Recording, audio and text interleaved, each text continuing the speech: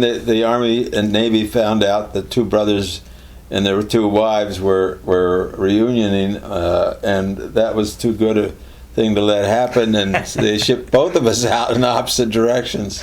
Judd went to the Pacific, I went to Lincoln Army Airfield in Nebraska. Ultimately, I found an apartment. Jean came up there. In the meantime, she had Diane and brought Diane out from the East Coast, and or the Stroudsburgs, and so the three of us were reunited in Lincoln, Nebraska, where we had fun and interesting experience, and a nice guy from Stroudsburg named Jerry. Anyway, he was PP&L guy, and he had a business in Stroudsburg, and he had a coal business, a coal dealership. Oil was not so often used in that time, and mostly people were heated with coal in the Poconos, and because it was near the anthracite coal fields, and it was relatively inexpensive.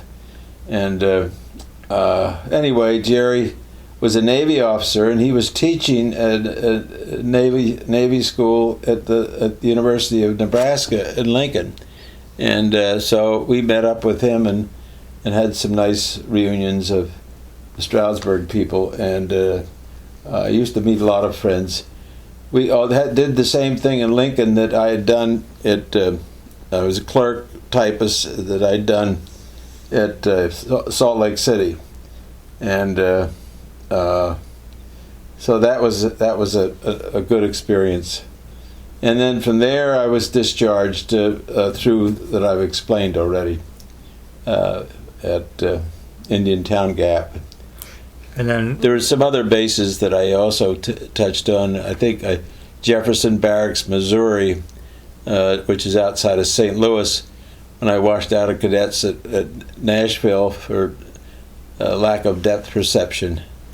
I did a lot of KP and cleaning latrines and that sort of stuff, and got really good at it. I was an expert, and since I'm married, and all those things are helpful, those skills that you got in the Army.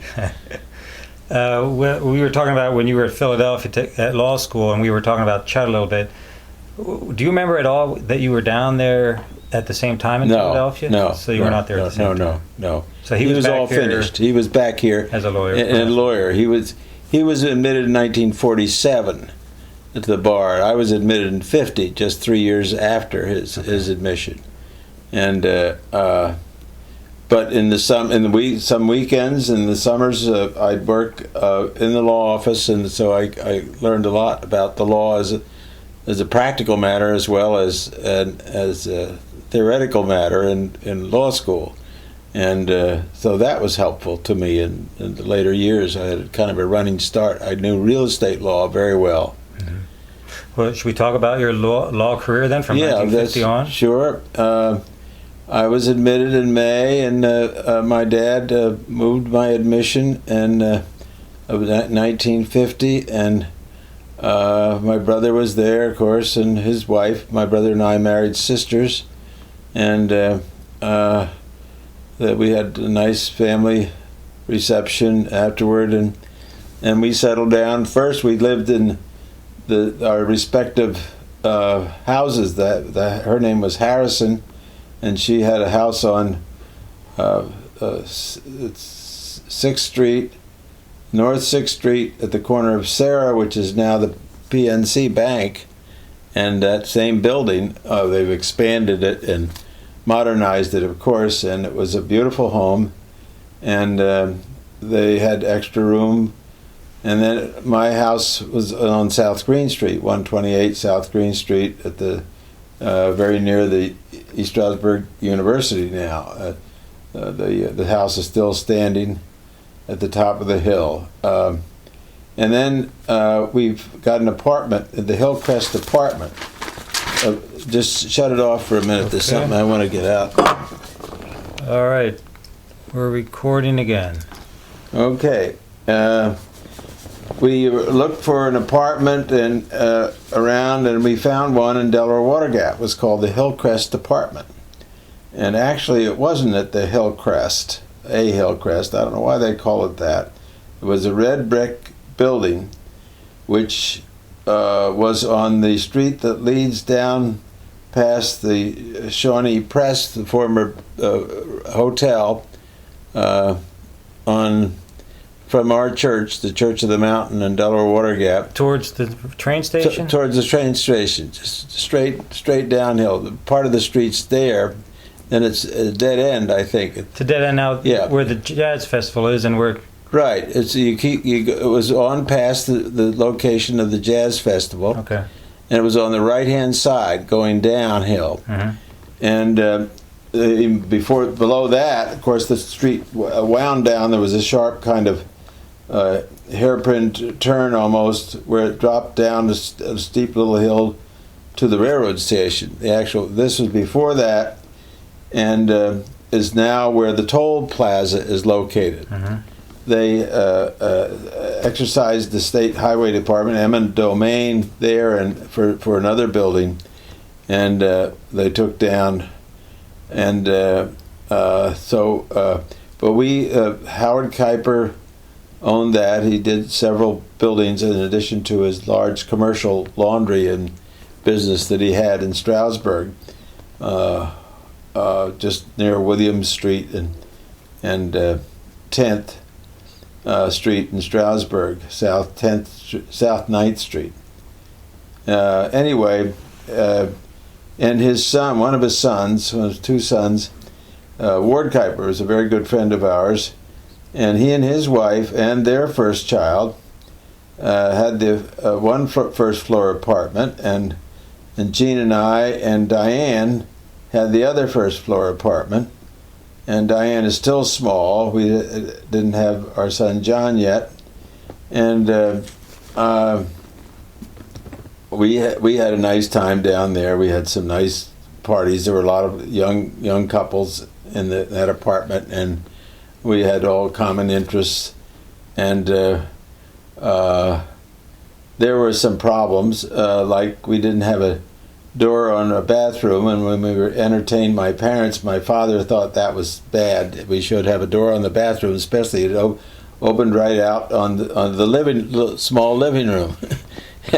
But we finally did get a drape. We hung in the doorway, and we went. The other thing is that the apartment was kind of old, and it needed some work, and every once in a while we could see out the back window these big rats running across the top of the wall away from the building, but they were close enough to make a concern. Well, anyway, in the meantime, the toll bridge people were saying, you're going to have to get out. We're going to condemn that property and demolish it because we need it for the approaches to the bridge, for the plaza. And so we were looking around, and we found a house owned by a Mr. and Mrs. Cack, which was across 611 in the edge of Delaware Water Gap, where from then the Delaware Water Gap Cemetery. It's a one-story house with two bedrooms. Still there? Yeah, it's still there. And the people have recently done a lot of neat landscaping with stones and little additions on the front porch. Is it on 611? Right on 611. So if you come up past the cemetery on the right, you come to that stop sign, you turn left to go towards Stroudsburg. It's right there somewhere? Come up 611 from which direction? Well, if you come up from the church, for example. If you're going to go to Stroudsburg... Oh, yeah. You could go, if you went straight across, that's the house, looking straight across. Okay. Not the little tiny house. That's where Bob Gallagher lives. Is that where Bob Gallagher lives? Okay, yeah. Anyway, it was a wonderful, had a wonderful fireplace with what we call the heatilator in it. Mm-hmm. You know what heatilators are? Yes, yeah. And I wish I'd put one in here, but I didn't. And anyway, we used that fireplace and had a great time at that house. It was pretty, and across the street in the triangle that's made from the road, the 611 that branches off and goes down into the gap directly, lived a lady named Edna Broadhead, and she was a postmistress at the time, and had been the postmistress at the Water Gap Post Office for years, I guess. She was an older woman, lived alone, and another neighbor named John Chamberlain. He had built the house that we were occupying, which we had for Mr. and Mrs. Cack, elderly couple, and they had to move out because they couldn't take care of it anymore, and it was a brand new house, so they only lived in it a year or two or three. And Chamberlain, in addition to owning the big Fox Farm, they called it, the big white house up back against the mountain, sort of.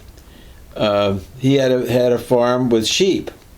He had maybe 15 or 20 sheep, and that he had grazing in fields in front of his house. Where was his house now? That's the house is behind my former Water Gap house, the one I've just described, and to the right, as you face the house, to the right, back up against the. Is that house standing today? It might be standing today. I'm not sure. Because I remember when Mason and I were young, we used to go up there, and there was a building, a big white house up there, but it's not there anymore. Okay. Well, it's down now. Huh. I forget who bought that property from Chamberlain, but Chamberlain it was a beautiful house, and it had a barn, and Diane would go up there and play in the some hay or something in the chicken house. Well, it turns out she's allergic to chicken feathers or something. She'd get this terrible hay fever. But the interesting story with Edna Broadhead, the postmistress, is that the sheep periodically escape from their fenced-in area. I can't remember why they escaped. But the whole flock would come out, and they'd come around and attack your shrubbery and anything else that is edible that you're trying to grow. And so Mrs. Broadhead and me got exercised at this, got upset about it a little bit. And one morning at breakfast, I wasn't even dressed yet. I was in my pajamas, and it was early, and looked out the window, and here comes Mrs. Broadhead chasing these sheep off her property, across the road. It was just a little dirt road, gravel road, before it was that ramp was built onto 80 for the crossing. Crossed that road, and they had attacked her. Lilac bushes, and they were headed for my lilac bushes at that point. And so I came storming out of so we kind of beat back the sheep and headed them off, but she was running around in her nightgown too, and maybe a bathrobe too. And here the two of us were out chasing sheep in the early morning. It was an interesting experience. And so 611 was a dirt road there at that point. It wasn't. Yeah, it just had the curve. It went down into Water Gap. It was before they built the ramp. As a matter of fact, they came down and condemned a little strip of my front yard too, one morning. That's another story. All right. Yeah, it was Oak Lane. Nothing to the right. If you come up to that stop sign today, to the right, there was nothing there. There was no storage place that's there now. There was a gravel road, dirt and gravel road, that was Oak Lane. Is it Oak Lane that goes on down there? There's a Walnut Lane. Walnut Lane. That's it. Walnut Lane, because there's some walnut trees down there, and that was there. But there were no houses on the left. That whole development didn't exist. That's on the left, up a little off. Croasdale's development. Yeah. Anyway, we used to see remains of the old trolley line that used to exist that went from Stroudsburg up Godfrey's Ridge and across and down between my house and the little white house right next door to it. I can't remember the lady's name that lived there. Very nice lady. And so we had a nice community. And let's see, the other thing that happened was I was not much skilled at building, but the house I lived in, this house used to be the CAC property, as I said, that we bought and lived in. Is kind of U-shaped. The two bedrooms are attached to a living room, of course, and then the living room is in the middle, and then to the other side of that living room is a small, very pretty dining room with a bay window that looks right out at Godfrey's Ridge, and used to be covered with gorgeous dogwood and blooming dogwood and so on. But I tried to build a terrace, a outside flagstone and cement sunning area, because it was kind of protected from the wind and it was very private.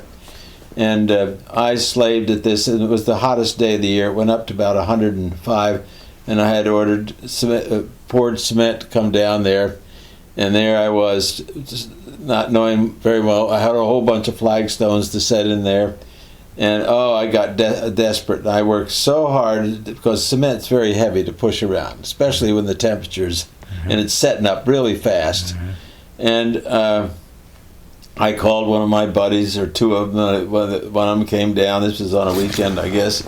And we worked real hard. But gradually we got more and more exhausted, and we didn't bother to set any flagstones in about half of this terrace that we were making. We had forms and everything for it, and there's much more concrete than I needed, and the guy with the concrete truck was out of patience, and so he insisted on dumping about a half a load of cement in my backyard, great big pile. So that was really the beginning and the end of my features of home improvement.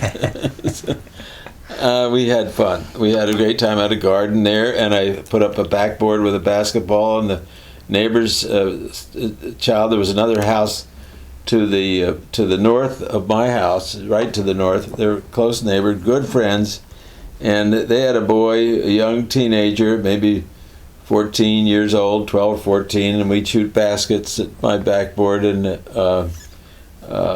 we had a nice time there. Now, was John born when you... John was there. That was why really we needed another bedroom, because there was Diane, and it still only had two bedrooms, but they were small enough that didn't matter.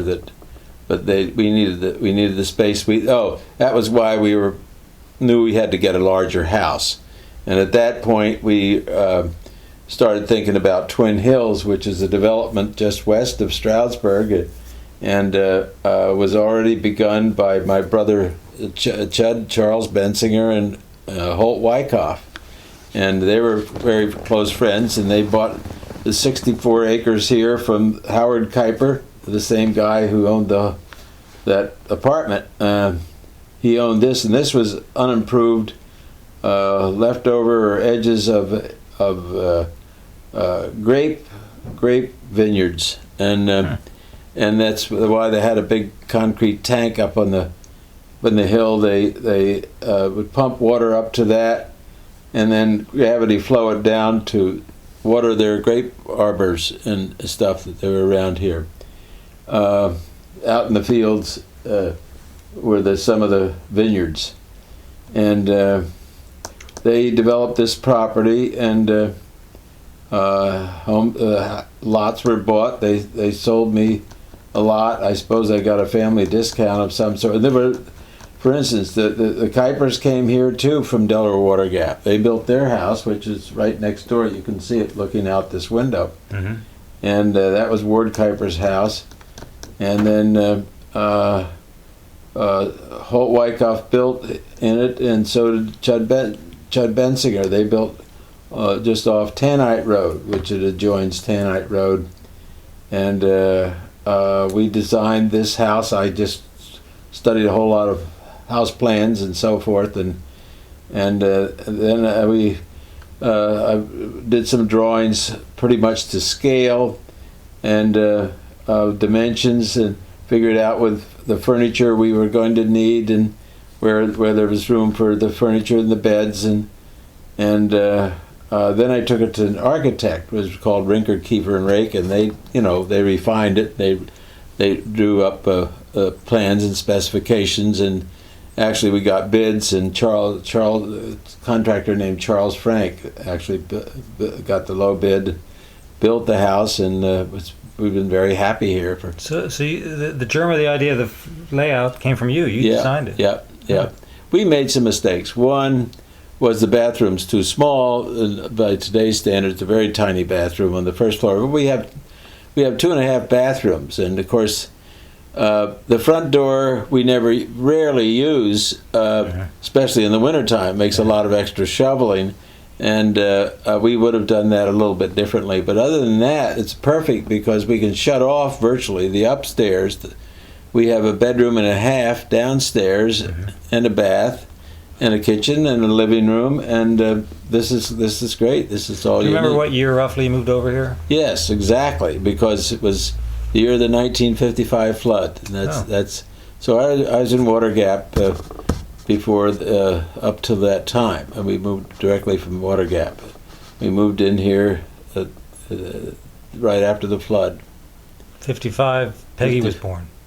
Yeah. She was born in this house. Yep. Okay. That's right. John was. We already had John in Water Gap, and